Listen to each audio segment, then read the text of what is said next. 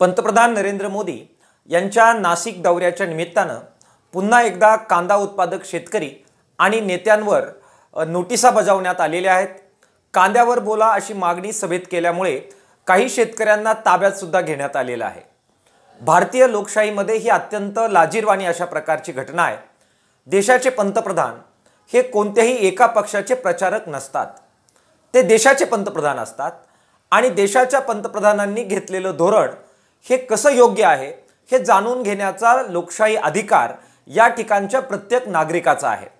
या पार्श्वभूमीवर शेतकरी जर अशी मागणी करत असतील की कांद्याच्या धोरणाबद्दल आपण बोला, आम्हाला त्याबद्दल जाणून घ्यायचं आहे, तर ते बिलकुल कोणतीही गैरवाजवी अशा प्रकारची मागणी करत नाही ही समजून घेण्याची गोष्ट आहे। पंतप्रधान नरेंद्र मोदी यांनी कांद्यावरची निर्यात बंदी उठवल्याची घोषणा केलेली आहे।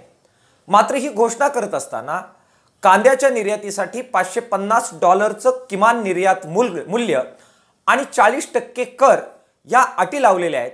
त्यामुळे 15 रुपयाचा घेतलेला कांदा हा परदेशात जाईपर्यंत 70 रुपयाचा होणार आहे। त्या देशात जर 40-50 रुपयानं कांदा मिळत असेल तर आपला 70 रुपयाचा कांदा कुणीही घेणार नाही।